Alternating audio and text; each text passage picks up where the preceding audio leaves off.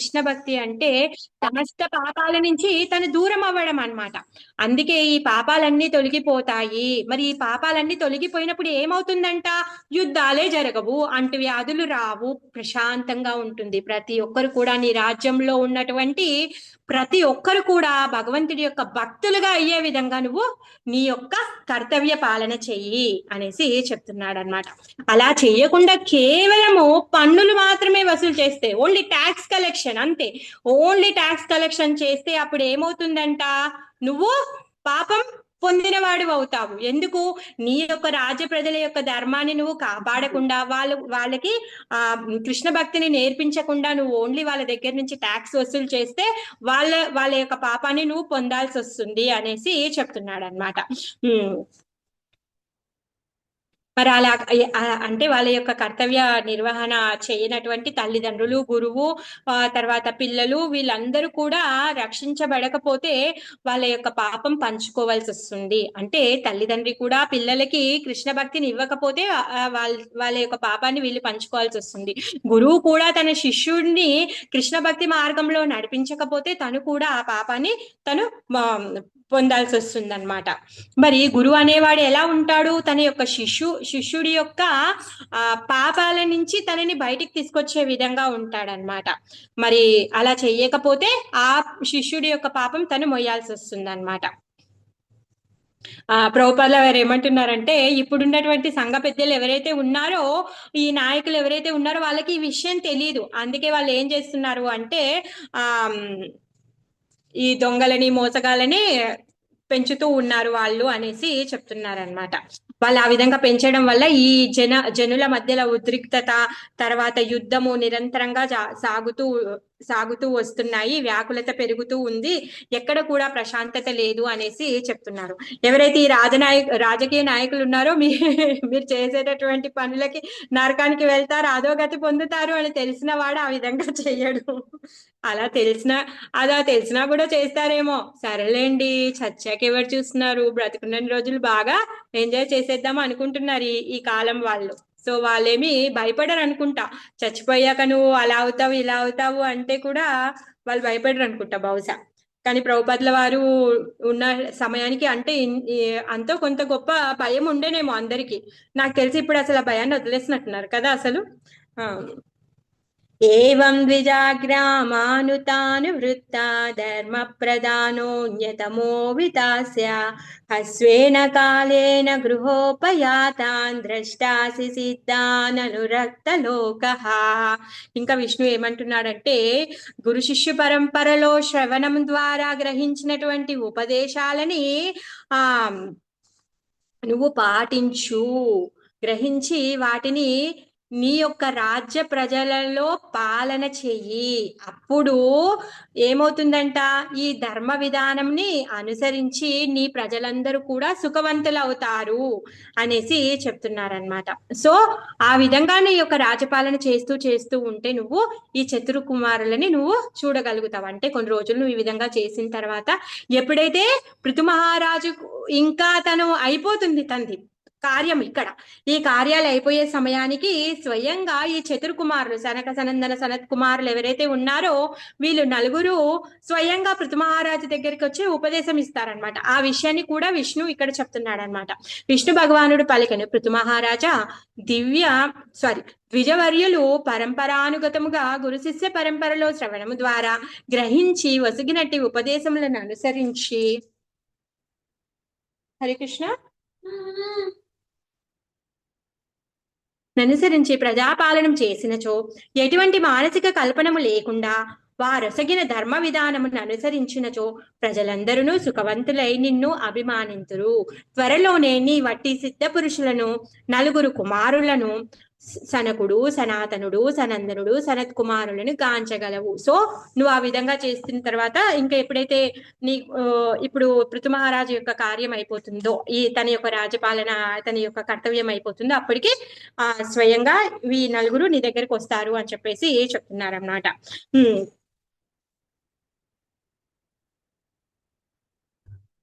ఇంకా ఎవరు ధర్మాన్ని వాళ్ళు, ఏ వర్ణంలో ఉన్న వాళ్ళు ఏ ఆ మ్, వాళ్ళ యొక్క ధర్మాన్ని నియమానుసారంగా పాటిస్తారో వాళ్ళు ఏమవుతారంట, మరణం తర్వాత మోక్షాన్ని పొందుతారు. ఈ విషయం ఇక్కడ చెప్తున్నారనమాట. ప్రతి ఒక్కడు వర్ణాశ్రమ ధర్మ నియమమును అనుసరించవాలని, అతడు వాడు భౌతిక జగమని ఏ స్థితిలో ఉన్నప్పటికీ మరణానంతరము మోక్షంను బడినట్లుగా విష్ణు భగవానుడు పృథువునకు ఉపదేశము చేసెను. సో ఎవరైనా సరే, అంటే ఇప్పుడు మనం మోక్షం పొందాలి అంటే మన యొక్క కర్తవ్య నిర్వహణ వదిలేసి మనము అడవికి వెళ్ళి తపస్సు చేయడము, యజ్ఞం చేయడము వల్ల మనము మోక్షాన్ని పొందము. మనమున్నటువంటి స్థితిలో మన ఆశ్రమంలో ఉంటూ మన యొక్క కర్తవ్య నిర్వహణ తప్పకుండా నెరవేరిస్తే అది భగవంతుడి యొక్క అనుసారంగా, భగవంతుడి ఇచ్చినటువంటి నియమానుసారంగా మనం చేసినప్పుడు మనం చనిపోయాక మోక్షాన్ని పొందుతామన్నమాట. మరి ఎప్పుడు సాధ్యమవుతుంది ఇదంతా? ఎప్పుడైతే కృష్ణ భక్తిని స్వీకరిస్తామో అప్పుడు సాధ్యమవుతుంది. ఒకవేళ కృష్ణ భక్తిని స్వీకరించకపోతే మన యొక్క కర్తవ్యం ఏంటో మనం మర్చిపోయాం, మనకి తెలియని కూడా తెలియదు. మన యొక్క కర్తవ్యం ఏమనుకుంటున్నామంటే మనం రోజు చూసేటటువంటి సీరియళ్ళు, సినిమాలే, వాళ్ళు చేసేటటువంటి పనులే మన యొక్క కర్తవ్యము అనేసి అనుకుంటున్నాం. నిజంగా మానవుడి యొక్క కర్తవ్యము మర్చిపోయాము. మరి ఈ ఈ కర్తవ్యాన్ని మనకి ఏది ఇస్తుంది? కృష్ణ భక్తి. ఈ కృష్ణ చైతన్యమే మనకి మన యొక్క కర్తవ్యాన్ని నేర్పిస్తుంది. శ్రీల ప్రభుపాదుల వారికి మనం చాలా కృతజ్ఞతతో ఉండాలి. లేకపోతే మనకి మన యొక్క కర్తవ్యం తెలిసేది కాదు, మనకి అసలు మన యొక్క జీవిత ఉద్దేశమే తెలిసేది కాదు. మనం ఎందుకు పుట్టాము, మనం ఎందుకు చచ్చిపోతాము, మనం ఎందుకు ఉన్నాము అన్న సంగతి మనకు అసలు తెలియదు. మనం ఒక్క రోజు కూడా ఆలోచించే వాళ్ళం కాదు. అవునా కాదా? నిజంగా అసలు మనం ఒక్క రోజు కూడా ఆలోచించే వాళ్ళం కాదు మన జీవితం ఎందుకు వచ్చింది అనేసి. ఎప్పుడైతే బాధ వచ్చిందో అయ్యో ఈ జీవితం ఎందుకుంది అని తలకొట్టుకునే వాళ్ళమేమో, కానీ మనం మాత్రం ఈ జీవితాన్ని ఎలా ఉద్ధరించుకోవాలని ఒక్కరోజు కూడా ఆలోచించే వాళ్ళం కాదు, ఒక్క థాట్ కూడా వచ్చేది కాదు. ప్రభుపాదుల వారి పట్ల మనం ఎంత కృతజ్ఞతగా ఉన్నా కూడా మనకి అది తక్కువే. ఆయన యొక్క రుణం మనం తీర్చుకోలేము. నిజంగా పరదుఃఖ దుఃఖి, ఆయనకి ఏమీ లేదు, నిస్వార్థమైనటువంటి వాడు. అందుకే అతను మనందరి బాగోగుల కోసమని తను ఈ కృష్ణ చైతన్య ఉద్యమాన్ని మనకి ఇచ్చేసి వెళ్ళాడు. ఈ శ్రీమద్ భాగవతాన్ని, భగవద్గీతని మనకి మన కోసమని, మనం సులభంగా అర్థం చేసుకోవడం కోసం కానీ మనకి ఇవి ఇచ్చేసి వెళ్ళాడు. లేకపోతే మన యొక్క మంద బుద్ధికి మనం అర్థం చేసుకునే వాళ్ళమే కాదు, అసలు మనము ఎక్కడుండే వాళ్ళము, ఎలాంటి దుస్థితిలో ఉండే వాళ్ళము. అందుకే ఈ కృష్ణ భక్తి భావన ఏదైతే ఉందో ప్రతి ఒక్కరు కూడా స్వీకరించి తను వృద్ధిపరచుకోవాలి. అప్పుడే వాళ్ళ యొక్క ధర్మాన్ని వాళ్ళు నిర్వర్తిస్తారు. మరి ఇదే విషయాన్ని పూర్వాచార్యులు కూడా చెప్తున్నారు. రూప, సనాతన వీళ్ళందరూ కూడా ఈ విషయాన్ని చెప్తున్నారనమాట. మరి దీన్ని ఏ విధంగా మనం అలవర్చుకోగలుగుతాము? శ్రవణ కీర్తనాల ద్వారా అలవర్చుకోగలుగుతాం. కరెక్టే ఉంది. మనం వినకపోతే, ప్రభుపాదుల వారు ఉన్నారు, ఆయన భగవద్గీత ఉంది, భాగవతం ఉంది, అన్ని ఉన్నాయి. మరి మనం చదవకుండా, వినకుండా ఎప్పుడు మనము దాన్ని స్వీకరించగలుగుతాం? ఎప్పుడైతే మనం శ్రవణం చేస్తామో, ఎప్పుడైతే మనం భగవంతుడి యొక్క నామాన్ని కీర్తనం చేస్తామో అప్పుడు మన లోపల ఉన్నటువంటి కృష్ణ చైతన్యము సుప్తావస్థలో ఉంది, నిద్రావస్థలో ఉంది. అది జాగృతమయ్యి అప్పుడు మనము మన యొక్క భక్తిని అభివృద్ధి చేసుకొని మనం భగవద్ధామానికి వెళ్ళగలుగుతాము. మరి మార్పు అనేది దేహంలోనా? కాదు, మార్పు అనేది చైతన్యంలో. అందుకే ఇది కృష్ణ చైతన్య ఉద్యమము. అంతేకాని మన శరీరంలో మార్పు కాదు. ఏదో ఎక్సర్సైజ్ చేసి మనం ఇంకా కొంచెం యాక్టివ్గా అవ్వడమా, లేకపోతే బ్యూటీ పార్లర్కి వెళ్ళి మన యొక్క ఏమంటారు అవుట్లుక్ ని చేంజ్ చేసుకోవడమా, అది కాదు. చేంజ్ అనేది శరీరానికి కాదు, ఆత్మకి. ఆత్మ అనేది ఏ విధంగా మనము తెలుసుకోగలుగుతాము? ఈ ఆత్మ అనేది చైతన్య పూర్వకంగా మనం తెలుసుకోగలుగుతాం. ఈ ఆత్మ మొత్తం శరీరంలో ఉన్నటువంటి చైతన్యం. మరి ఈ చైతన్యాన్ని మనం ఎప్పుడైతే మార్చగలుగుతామో, ఎప్పుడైతే ఈ చైతన్యాన్ని మనం కృష్ణ చైతన్యంగా మనం మార్పు చేసుకోగలుగుతామో అప్పుడు మనము ఈ భగవద్ధామాన్ని పొందగలుగుతాము. ఇంకా భగవంతుడు ఏమంటున్నాడంటే, నేను ఎక్కడుంటాను, ఎవరి దగ్గర ఉంటానో చెప్తున్నాడు అనమాట. నెక్స్ట్ ఇంకేమంటున్నాడంటే, నీ పట్ల నేను చాలా సంతృప్తిగా ఉన్నాను, సో నీకు ఏదైనా వరం కావాలి అంటే అడుగు అనేసి చెప్తున్నాడు. వరం చమత్కాంచన మానవేంద్ర వృణీష్వతేహాం గుణశీలయంత్రిత నాహం ముఖైర్వసులభస్తవోభిర్యోగేన వాయः సమచిత్తవర్తి. నీ యొక్క గుణాలు ఏవైతే ఉన్నాయో, నీ లోపల ఉన్నటువంటి ఉన్నత గుణాలు, తర్వాత నీ ఉత్తమమైనటువంటి నడవడిక, నీ ప్రవర్తన ఏదైతే ఉందో అది చూసి నేను ప్రసన్నున్నైపోయాను. సో అందుకే నువ్వు ఏదైనా వరం అడుగు, నేను ఇస్తాను అనేసి చెప్తున్నాడు అనమాట. మరి ఇక్కడ భగవంతుడు ఏమంటున్నాడు? ఉత్తమమైన గుణాలు, తర్వాత ఉత్తమమైన శీలం ఎవరి దగ్గర అయితే ఉందో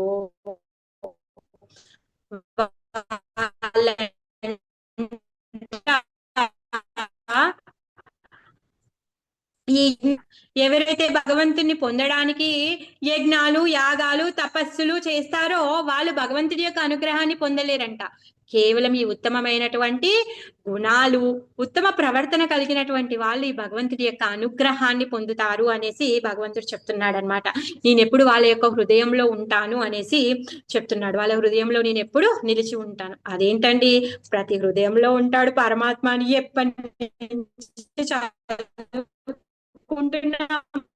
ఇప్పుడేమో భగవంతుడు స్వయంగా కృతమారాసు చెప్తున్నాడు, నీలాంటి ఉత్తమ గుణాలు కలిగిన వాడికి, ఉత్తమ ప్రవర్తన కలిగిన వాడి హృదయంలో నేను సదా ఉంటాను అని చెప్తున్నాడు. ఇదేమైనా బాగుందా? అవునా కాదా? లేదు. భగవంతుడు ప్రతి హృదయంలో ఉన్నాడు, కానీ ప్రతి ఒక్కరు కూడా భగవంతుని తన దగ్గరగా ఉన్నట్టు ఎవరు కూడా గుర్తించడం లేదు. ఎందుకంటే మన లోపల కృష్ణ చైతన్యం లేదు. ఆ భగవంతుడి పట్ల మనకి శుద్ధమైనటువంటి భక్తి కానీ, ప్రేమ కానీ, శ్రద్ధ కానీ లేదు. అందుకే మన హృదయంలో భగవంతుడు ఉన్నాడు మన దగ్గర అన్న విషయాన్ని మనం గుర్తించలేకపోతున్నాం. మరి ఇలాంటి శుద్ధ భక్తులు ఎవరైతే ఉన్నారో, ఈ ఉత్తమ గుణాలు ఎవరైతే ఉన్నారో, ఈ ఉత్తమ భక్తులు ఎవరైతే ఉన్నారో, వాళ్ళు భగవంతుడు వాళ్ళ హృదయంలో ఉన్నట్టుగా వాళ్ళు ప్రతి క్షణం వాళ్ళు అనుభూతిని పొందుతారు, దర్శనం చేసుకుంటారు. అందుకనే నేను వాళ్ళ హృదయంలో సదా ఉంటాను అనేసి భగవంతుడు చెప్తున్నాడు. అలా అని చెప్పేసి మన హృదయాల్లో లేకుండా పోలేదండి, ఉన్నాడు మన హృదయంలో. కాకపోతే మనమే గుర్తించట్లేదు అనమాట. ఎందుకంటే మసి మసి మసి బాగా పట్టేసింది. ఆ మసంతా పోవాలి అంటే శ్రవణం, కీర్తనం చెయ్యాలి. అప్పుడే కానీ ఈ మసంతా పోతే మనం భగవంతుడి యొక్క దర్శనం చేసుకుంటాం అనమాట. రాజా, నీ ఉన్నత గుణముల చేతను, ఉత్తమ నడవడిక చేతను నేను వసుడనై నీ ఏడ మిగులు అనుగ్రహము గలవాడినైతిని కనుక నీకు అభిష్టమగు వరమును నన్ను అడుగుము. ఉన్నత గుణములు, ఉత్తమ శీలము లేనివాడు కేవలము యజ్ఞ తపోయోగములచే నా అనుగ్రహమును బడయచాలడు. సో ఈ ఉన్నత గుణాలు, తర్వాత ఉత్తమ నడవడిక లేనివాడు ఎంత యజ్ఞం చేసినా, ఎంత తపస్సు చేసినా, ఎంత యాగాలు చేసినా కానీ నా అనుగ్రహాన్ని పొందడు. కానీ అన్ని పరిస్థితుల యందును సమభావనను కలిగి ఉండేవాడి హృదయమున నేను సదా సమభావన నిలిచియుందును. సో నేను ఎప్పుడు కూడా అలాంటి భక్తుల యొక్క హృదయాల్లో ఉంటాను అనేసి చెప్తున్నాడు అనమాట. మరి ఇలాంటి స్థితి, ఇలాంటి లక్షణాలు ఎలా వస్తాయంట, ఎప్పుడు వస్తాయంట? ఎవరైతే విశుద్ధ భక్తిని అలవర్చుకుంటారో, ఎవరైతే ఈ విశుద్ధ భక్తి ఆ స్థితికి చేరుకుంటారో అప్పుడు వాళ్ళలో ఈ ఉత్తమమైనటువంటి గుణాలు వస్తాయన్నమాట. ఎందుకంటే అప్పుడు తను ఏం చేస్తాడు, తనని తాను ఆత్మగా తెలుసుకుంటాడు, దేవాది దేవుణ్ణి, తర్వాత ప్రతి ఒక్కరి హృదయంలో పరమాత్మ రూపాన్ని తను చూడగలుగుతాడు అనమాట. అప్పుడే తనలో ఇలాంటి లక్షణాలు వస్తాయి. అప్పటి వరకు రావు.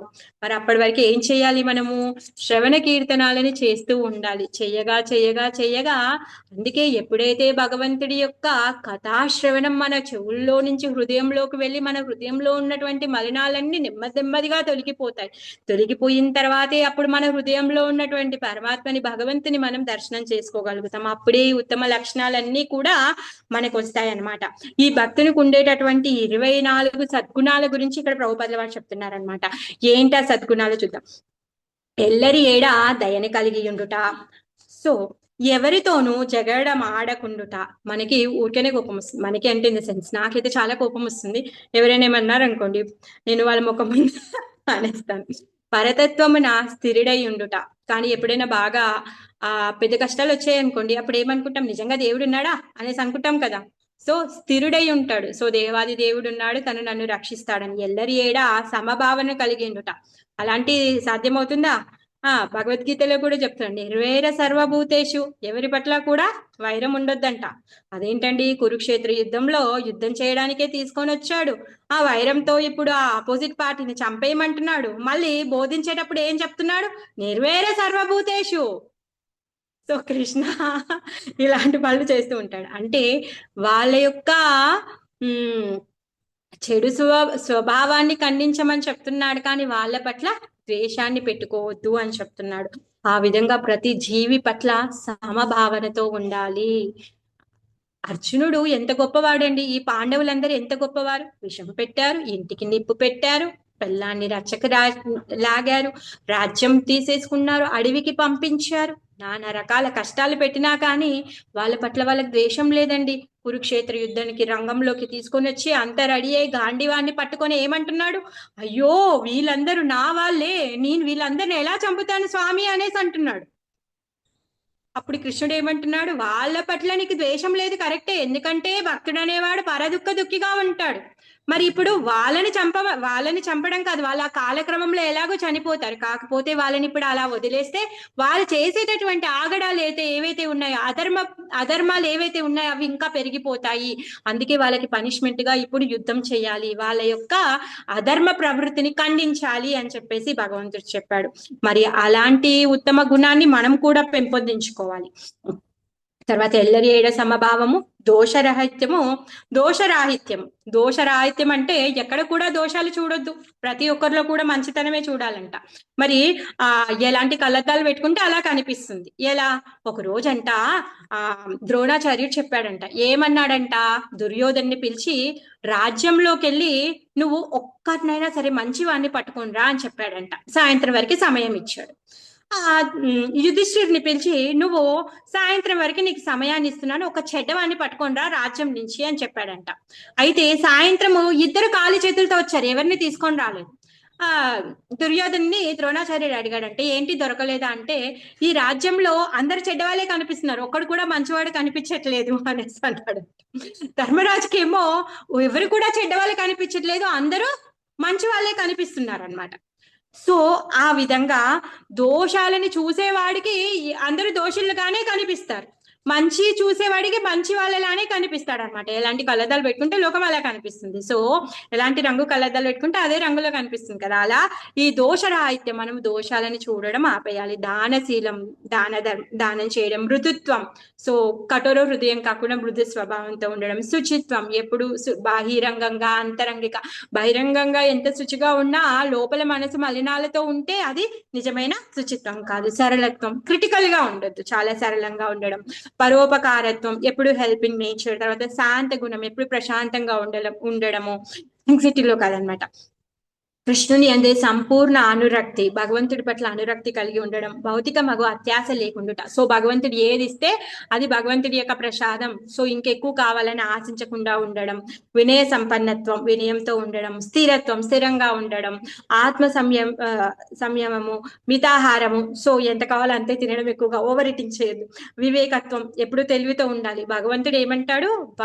భగవంతుడి యొక్క భక్తుడంట బడా చతురంట, అంటే ఎప్పుడు చతురతతో కలిగి ఉంటాడు, సమయానికి తగ్గట్టుగా నడుచుకునేటటువంటి చతురతతో కలిగి ఉంటాడనమాట. గౌరవ స్వభావం కలిగి ఉండుట, అనుకువ, గాంభీరత్వము, దయ, మైత్రి, కవిత్వ హృదయము, నిపుణత్వము, మౌనము, జీవుని అందు ఈ దివ్య గుణములు వృద్ధి చెందుట చేతనే భగవంతుడు సంతుష్టుడు కాగలడు. సో ఈ 26 గుణాలు ఏవైతే ఉన్నాయో అప్పుడు ఈ 26 గుణాలని మనము అభివృద్ధి చేసుకుంటే అప్పుడు భగవంతుడు ప్రసన్నుడవుతాడు. సో ఢిల్లీ బహుత్ దూర్ హే నాకైతే. సో ఈ లక్షణాలన్నీ అభివృద్ధి చెందకపోతే ముక్తి చాలా దూరము, ఈ భౌతిక ప్రపంచంలోనే పుట్టుకొని పోవాల్సి వస్తుంది అనమాట. తర్వాత భగవంతుడి ప్రేమానురాగం ఇంకా తను ఎలా వ్యక్తపరుస్తున్నాడో చెప్తున్నాడు అనమాట మైత్రేయ ముని. మైత్రేయువాచ సయిత్తం లోక గురునా విశ్వక్సేనేన విశ్వజిత్ అనుశాసీత ఆదేశం శిరసా జగృహే హరి. విశ్వ విజేత అయిన ఈ పృథు మహారాజు ఆ దేవదేవుని యొక్క ఆదేశాలని శిరసా వహించాడు. ఆ విషయాన్ని మైత్రేయముని విదురుడికి చెప్తున్నాడు అనమాట. మైత్రేయముని పలికెను, విదురా, విశ్వ విజేతయగు పృథు మహారాజు ఆ రీతిగా దేవదేవుని ఆదేశంలో శిరసావహించెను. మరి మనుజుడు భగవానుని పాద పద్మముల చెంత వాలి ఆ దేవదేవుని ఆదేశములు అంగీకరింపవలసి ఉన్నది. అనగా భగవానుడేది పలికినను దానిని శ్రద్ధతో గౌరవముతో యథాతథంగా స్వీకరించవలను. భగవంతుని పలుకులను మార్చుట లేదా వాటికి మార్పులు చేర్పులు చేయటం మన కార్యమే కాదు. సో భగవంతుడు భగవద్గీతలో మనం ఎలా ఉండాలి, ఎలా ఉండకూడదు, ఏమి చెయ్యాలి, ఏ విధంగా తనని మనం పొందగలుగుతాము అంతా చెప్పాడు. అందుకే ప్రభుపాదుల వారు భగవద్గీత యథాతథాన్ని మనకి అందించారనమాట. అలాంటి భగవంతుడి యొక్క ఉపదేశాన్ని మనం ఎప్పుడైతే యథాతథంగా మనం స్వీకరిస్తామో అప్పుడు మనము ఇలాంటి గుణాలని పెంపొందించుకోగలుగుతాము. అప్పుడు భగవంతుడి యొక్క ఆ భగవంతుని మన హృదయంలో అలాంటి గుణాలు ఉన్నటువంటి భక్తుల హృదయాల్లో నేను సదా ఉంటాను అని చెప్తున్నాడు. అంటే భగవంతుని మన హృదయంలో మనం అప్పుడు అలా దర్శనం చేసుకోగలుగుతాం అన్నమాట. అందుకే భగవద్గీత యథాతథం అది మనం చదవాలి, ఎప్పుడు చదువుతూనే ఉండాలి. ఒకసారి చదివాం కదా అయిపోయింది కాదు. భగవద్గీత అనేది మనం ఎన్నిసార్లు చదివినా కానీ దాంట్లో ఇంకా కొత్తది మనం నేర్చుకుంటాం. ఎందుకంటే అది సాక్షాత్ భగవంతుడి యొక్క ముఖ పద్మము నుంచి వచ్చినటువంటి అమృత ధార. అమృతాన్ని ఎవరైనా ఒకసారి తాగితే బోర్ అవుతారా? మళ్ళీ మళ్ళీ తాగాలనిపిస్తుంది కదా, అలాంటి గానం అనమాట. సో అలాంటి భగవద్గీతని మళ్ళీ మళ్ళీ కూడా మనము చదువుతూ వింటూ ఉండాలి, భాగవతాన్ని చదువుతూ వింటూ ఉండాలి. స్పృశంతం పాదయో ప్రేమ్నా వ్రీడితం స్వేన కర్మణ శతక్రతుం పరిష్వజ్య విద్వేషం విసర్జః.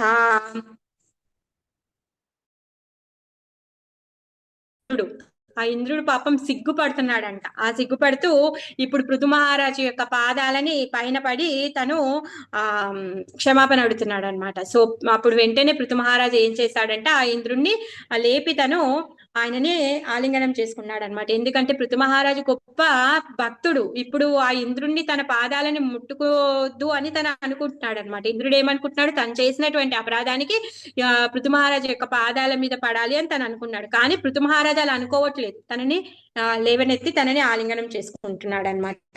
చెంతనే నిలిచిన ఇంద్రుడు తన కర్మలకు సిగ్గు చెంది పృథు మహారాజు పాద పద్మములపై పడెను. కానీ పృథు వెంటనే ప్రేమతో అతని ఆలింగనం చేసుకుని యజ్ఞాశ్వముని హరించినందులకు అతని పైన కలిగిన విడిచిపెట్టాను. సో ఆయన మనసులో ఇంద్రుడి పట్ల కొంచెం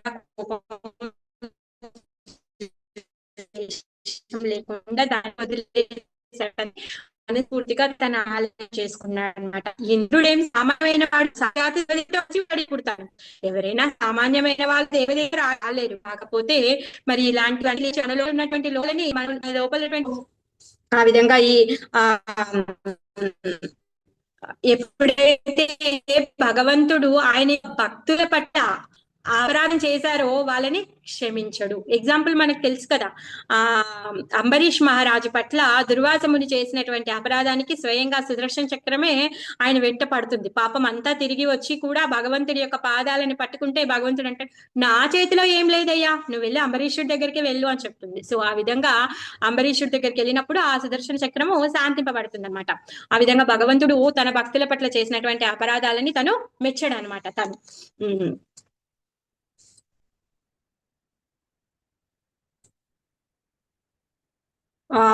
భగవంతుడి యొక్క అనురాగానికి పృథు మహారాజు ఆదరణ, తను భగవంతుడి యొక్క ఆయన యొక్క కరుణని ఏ విధంగా స్వీకరిస్తున్నాడో మైత్రేయుడు చెప్తూ ఉన్నాడు అనమాట.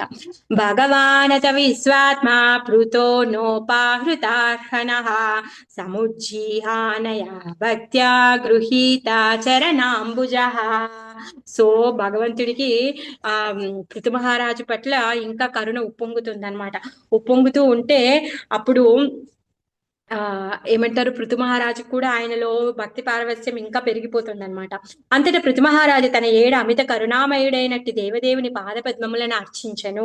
భగవానుని పాదపద్మములను అర్చించినప్పుడు అతని భక్తి పారవస్యము క్రమంగా వృద్ధి చెందను. సో పృథు మహారాజు లోపల ఉన్నటువంటి భక్తి ఏదైతే ఉందో అది ఇంకా కూడా ఇంకెక్కువ కూడా వృద్ధి చెందుతుంది అనమాట. సో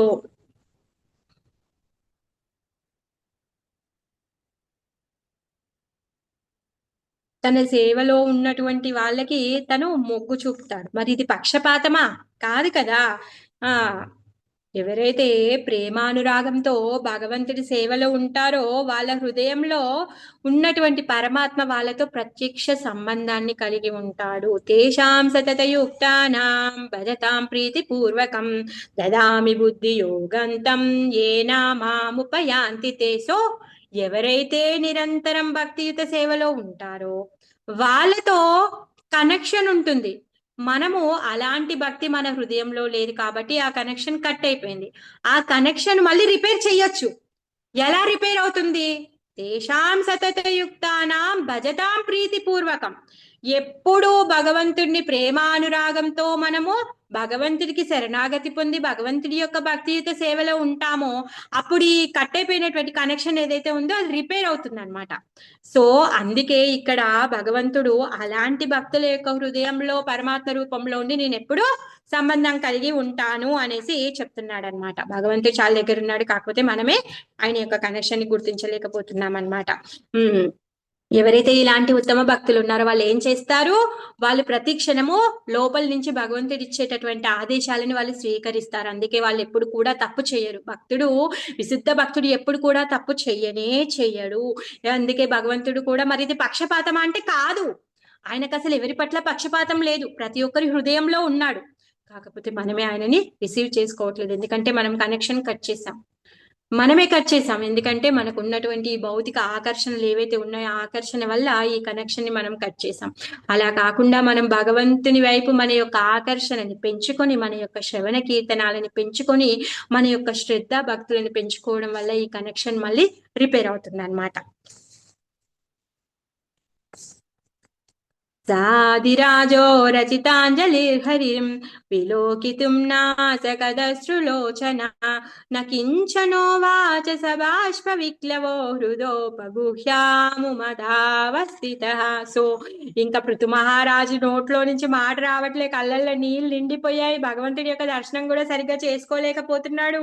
సో ఏమి చేయాలో తెలియక తన హృదయంలోనే భగవంతుని గట్టిగా కౌగలించేసుకొని రెండు చేతులు జోడించి నమస్కారం చేస్తే అక్కడ స్తబ్దంగా నించుండిపోయాడు అనమాట. భగవంతుడి యొక్క భక్తి ఆయన లోపల ఇంకా ఉప్పొంగిపోయి ఆయన శరీరంలో అష్టసాత్విక వికారాలు మొదలయ్యాయి అనమాట. ఆదిరాజకు పృథువు కనులలో నీరు నిండి గొంతు త్రోటుపాటుతో కూరుకుపోగా భగవాని స్పష్టంగా చూడగలుగుట గాని ఆ దేవదేవునితో ఏదైనా పలుకుట గాని చేయలేకపోయాను. కేవలం భగవాని హృదయంలో ఆలింగనం చేసుకొని ముకులిత హస్తుడే నిలిచి ఉండెను. సో పాపం తను ఇప్పుడు నోట్లో నుంచి మాట రావట్లేదు, ఆయన కళ్ళల్లో నీళ్లు నిండిపోయాయి, భగవంతుడి దర్శనం కూడా తను సరిగా చేసుకోలేకపోతున్నాడు అనమాట. ఎందుకంటే తనని ఆదిరాజు అంటున్నారు అంటే తన రాజ్యంలో ఉన్నటువంటి అవాంఛిత శక్తులు ఏవైతే ఉన్నాయో వాటన్నింటిని కూడా తొలగించాడు. ఇంద్రుడితో సమాన శక్తి కలిగినటువంటి వాడు, ఇంద్రుడే భయపడ్డాడు ఆయనతో నా శక్తిని అంటే నా స్థానాన్ని మించి తిని పోతాడు అనేసి. అందుకే ఇంద్రుడు అలాంటి పూటకు వేసుకొని వచ్చాడు, అలాంటి వాడు కాబట్టి అందుకే ఇక్కడ పృథు మహారాజుని ఆదిరాజు అనేసి అంటున్నారనమాట. ఇంకా మరి తిని ఏం చేస్తున్నాడంట? ఆయన యొక్క రాజ్యంలో ఉన్నటువంటి ప్రజలందరినీ కూడా పుణ్యకార్యాల్లో నియుక్తం చేసి వాళ్ళ దగ్గర నుంచి ఒక్క పైసా కూడా తను పన్నును వసూలు చేయట్లేదు అనేసి ప్రభుపాద చెప్తున్నారు. ఇంకేమంటున్నారంటే ఈ అవివాహిక సంబంధం, మత్తు పదార్థాలు స్వీకరించుట, మాంసాహారం, జూదము, ఈ పాప జీవనం ఏదైతే ఉందో దీనిని అనుమతించే పనులు ఏవి కూడా రాజ్యంలో లేవు. అందుకే ఆయన ఉత్తమ రాజు అయ్యాడు. ఒకవేళ వీటన్నింటికి కూడా ఎవరైతే పర్మిషన్స్ ఇస్తారో ఇచ్చినప్పుడు వాళ్ళు ఆ రాజు పాపంలో పడిపోతాడు అనేసి చెప్తున్నాడు అనమాట. అందుకే ప్రతి ఒక్కరు కూడా ప్రభుపాదుల వారు ఏం చెప్తున్నారంటే ప్రతి ఒక్క జీవి యొక్క కర్తవ్యం ఏంటి? రాజు ఏం చేయాలి? ఆ ప్రజలందరూ కూడా కృష్ణ చైతన్యాన్ని స్వీకరించే విధంగా తను ఏర్పాటు చెయ్యాలి. అలా చేయకపోతే తను పాపాన్ని అందిస్తాడనమాట. మరి కృష్ణ చైతన్యం లేకపోతే ఇవన్నీ చెడు అలవాట్లు తను పడిపోతాడనమాట. సో మరి అలాంటప్పుడు ప్రభుత్వం చేసినటువంటి ఎలాంటి ఏర్పాట్లు కూడా విఫలమైపోతాయి. ఇప్పుడు ప్రభుత్వం వచ్చేసి మద్యపానం నిషేధం, మద్యపానం మేము సప్లై చెయ్యము అనేసి అంటే అక్కడ అయిపోతుందా? కాదు. ఎందుకంటే వాడు తాగుడుకు అలవాటైపోయాడు. వాడు ఏం చేస్తాడు? దొంగసారాన్ని కాయడము, లేకపోతే దాన్ని స్మగ్లింగ్ చేసి తెచ్చుకొని ఏదో ఒక విధంగా తను తాగుతాడు. ఎప్పుడైతే ఈ ప్రభుత్వము కృష్ణ చైతన్యాన్ని అందించింది అనుకోండి, స్వతహాగా తను ఆ మద్యపానాన్ని తను వదిలేస్తాడు. అందుకే కృష్ణ చైతన్య ప్రచారం అనేది ఉత్తమమైంది. ప్రతి జీవి కూడా కృష్ణ చైతన్యాన్ని స్వీకరించడము ద్వారా ప్రతి ఒక్కరి యొక్క జీవితం కూడా సుఖమయం అవుతుంది అనేసి ప్రభుపాదుల వారు చెప్తున్నారనమాట. అందుకే ఈ గొడవలు కానీ యుద్ధాలు కానీ ఏదైనా సరే అన్నింటికీ ఒకటే సమాధానం ఏంటిది అంటే కృష్ణ చైతన్యాన్ని స్వీకరించడము. ఎప్పుడైతే కృష్ణ చైతన్యాన్ని స్వీకరిస్తామో అప్పుడు మన యొక్క జీవితము సుఖమయం అవుతుంది. మరి కృష్ణ చైతన్యాన్ని స్వీకరించడం అంటే ఏంటి? భగవంతుడి యొక్క నామ జపం చేయడము, భగవంతుడి యొక్క కథా శ్రవణం చేయడం చాలా సులభమైనటువంటిది. హరే కృష్ణ కృష్ణ కృష్ణ హరే హరే, హరే రామ రామ రామ రామ హరే హరే. ఇంత సులభమైనటువంటిది భగవంతుడి యొక్క భక్తి. సో దీన్ని మనము మన లోపల ఇంకా బాగా వృద్ధి చెందాలి అని ప్రభుపాదుల వారిని ప్రార్థిస్తూ ఈరోజు క్లాస్ ఇక్కడే ఆపుతున్నాను. సో రేపు కంటిన్యూ చేసుకుందాం. ఈరోజు చెప్పిన దాంట్లో ఎవరికైనా ఏమైనా సందేహాలు ఉంటే అడగండి.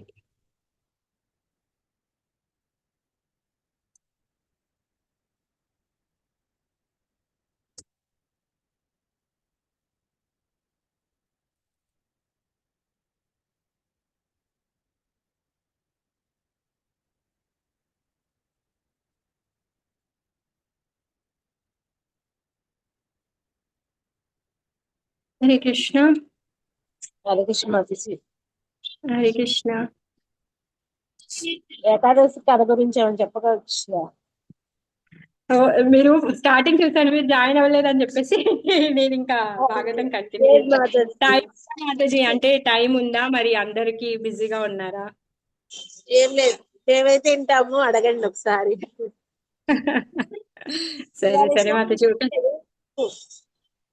ఒక 2-3 మినిట్స్, ఎక్కువ పట్టదులేండి, చాలా ఫాస్ట్ గానే కంప్లీట్ చేస్తాను. ఈ రోజు ఏకాదశి పేరు పుత్రాద ఏకాదశి. అయితే ఈ పుత్రాద ఏకాదశి యొక్క కథ యుధిష్ఠిర మహారాజు కృష్ణుని అడుగుతారనమాట. ఎందుకు, ఏ విధంగా ఈ ఈ ఈ పేరు వచ్చింది, తర్వాత ఏంటి ఏం సంగతి అనేసి వివరాలు యుధిష్ఠిర మహారాజుని అడుగుతారనమాట.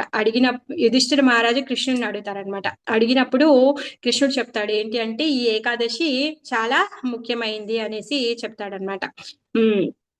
అయితే ఈ ఏకాదశి పౌష మాసంలో వస్తుంది. దీనిని పుత్రాద ఏకాదశి అని పిలుస్తారు.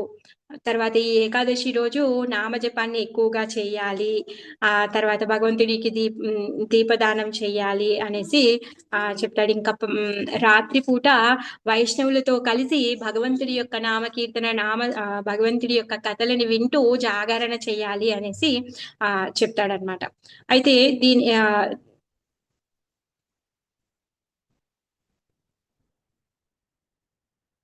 అన్ని కోరికలను తీర్చేది, అన్నింటికి విజయాలని ఇచ్చేటటువంటి నారాయణుడే ఈ ఏకాదశికి అధిష్టాన దేవత అంట. దీనికి ఒక స్టోరీ చెప్తున్నారు. ఏంటి అంటే చాలా కాలం క్రితము ఒక రాజు ఉండేవాడు అనమాట. భద్రావతిపురం అనే రాజ్యంలో సుకేతుమాలు అనే ఒక రాజు ఉండేవాడు. ఆ సుకేతుమానికి చెంప అనే భార్య ఉండేది. అయితే ఈ రాజు చాలా గొప్ప ధర్మవంతుడు, శాంతివంతుడు, గొప్ప ధైర్యము వీరం కలిగినటువంటి వాడు. రాజ్యపాలన చాలా ధర్మనిష్టగా తను చేసేవాడు అనమాట. అంతా బాగుంది, కాకపోతే వాళ్ళకి సంతానం లేదనమాట. వాళ్ళకి సంతానం లేకపోయేసరికి రాజుకు అది ఒక చింత ఉండేది. అయ్యో సంతానం లేదు కదా అని చెప్పేసి. పాపం ఎన్నో దాన ధర్మాలు పుణ్యకార్యాలు రాజు అంటే ఎన్నో చేస్తాడు కానీ పిల్లలు మాత్రము ఆయనకి కలగలేదన్నమాట. కలగకపోయేసరికి ఒకరోజు పాపం ఆలోచిస్తూ తను ఏం చేస్తాడంటే డిసప్పాయింట్ అయిపోతాడు అనమాట. అయిపోయి తను ఏం చేస్తాడు, తన గుర్రాన్ని తీసుకొని అడవిలో వెళ్తూ ఉంటాడు అనమాట. అడవిలోకి వెళ్తూ అలానే అడవిలో ప్రయాణిస్తూ ఉన్నాడు. అడవికి వెళ్ళిన తర్వాత పొద్దున్నే లేసి వెళ్ళిపోయాడు. ఆకలి లేదు, తప్పిక లేదు, అలా ఏదేని పట్టించుకోకుండా వెళ్తున్నాడు. అడవి యొక్క అందాన్ని చూస్తూ, అక్కడ ఉన్నటువంటి పక్షుల యొక్క కలకల రావాన్ని అవన్నీ చూస్తూ తను ఏం చేస్తాడు అంటే అలా తిరుగుతూ వెళ్తూ ఉంటాడనమాట. మిట్ట మధ్యాహ్నం అయిపోతుంది. పాపం ఆకలిస్తుంది అనమాట అప్పటికి. సరే నేను ఎక్కడికి వచ్చాను అలా ఆలోచనలో వచ్చేసాడు కదా. అయితే అక్కడంట దూరం నుంచి ఒక ఆ ఋషులు ఉంటారంట. ఆ ఋషులందరూ కనిపిస్తారనమాట. కనిపిస్తే అరే వీళ్ళెవరు ఇక్కడికి వచ్చారు, ఈ అడవిలో ఋషులు ఎందుకు ఉన్నారు అని చెప్పేసి అడుగుదామని చెప్పేసి ఈ సుకేతు మానుడు ఏం చేస్తాడంటే అక్కడికి వెళ్తాడనమాట. వెళ్ళి వాళ్ళని అడుగుతారు, మీరు ఎందుకు ఇక్కడికి వచ్చారు అనేసి, మీరెవరు అనేసి అడిగితే అప్పుడు వాళ్ళు చెప్తారనమాట. ఇప్పుడు ఈ సమయం ఏదైతే ఉందో ఇది ఈ పంచ అంటే ఏకాదశి కంటే ముందు 5 రోజుల ముందు అన్నమాట. ఈ 5 రోజులు ఈ నదిలో స్నానం చేస్తూ మేము భగవంతుడి యొక్క పూజలు చేయాలనుకుంటున్నాం. ఈ మాఘమాసంలో ఈ ఏకాదశి విశేషమైంది అని చెప్పేసి మేమందరము విశ్వదేవులము అనేసి చెప్తారు. అంటే వాళ్ళు విశ్వదేవులు అనే ఋషులు అనమాట.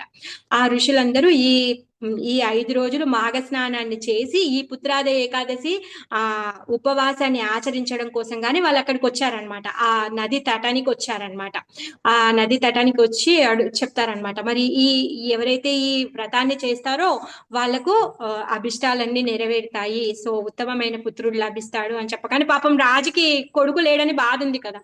ఎందుకంటే అన్ని చాలా బాగున్నాయి, కానీ మేము చనిపోయిన తర్వాత మాకు సార్థ కర్మలు చేసే కొడుకు లేడే, ఈ రాజ్యపాలనని ఇంకా కొనసాగించే కొడుకు లేడే అని బాధపడుతూ ఉన్నారు కదా. ఆ మాట వినగానే అప్పుడు రాజు అంటాడనమాట, అయ్యో నాకు చెప్పండి, నేను ఈ వ్రతాన్ని చేస్తాను అనేసి అంటాడనమాట.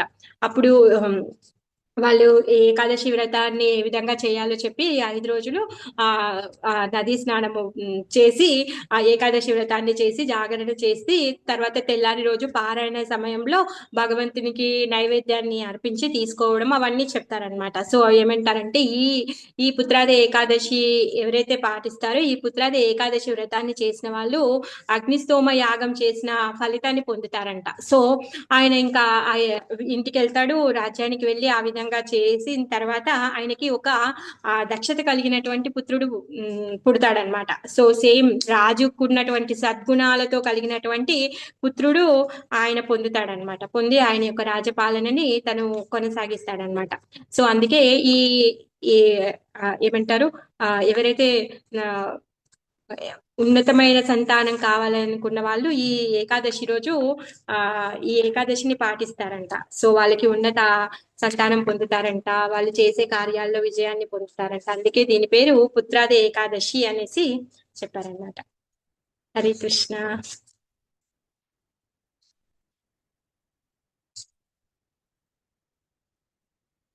హరే కృష్ణ మాతాజీ. హరే కృష్ణ మాతాజీ. హరే కృష్ణ.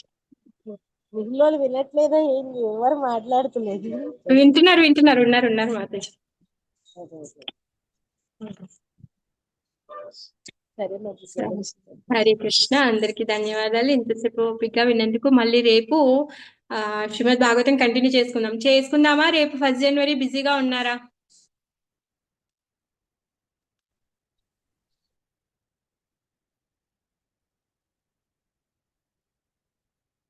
ఎందుకంటే మళ్ళీ నెక్స్ట్ వీక్ లో సంక్రాంతి ఫెస్టివల్ వస్తుంది. సంక్రాంతి ఫెస్టివల్ కి కష్టం అందరికి, ఇంట్లో పండుగ కాబట్టి. అందుకే ఈ వారం కంటిన్యూ చేసుకుంటే మళ్ళీ ఒక వారం గ్యాప్ వస్తుంది కదా అనేసి అనుకుంటున్నాను అనమాట.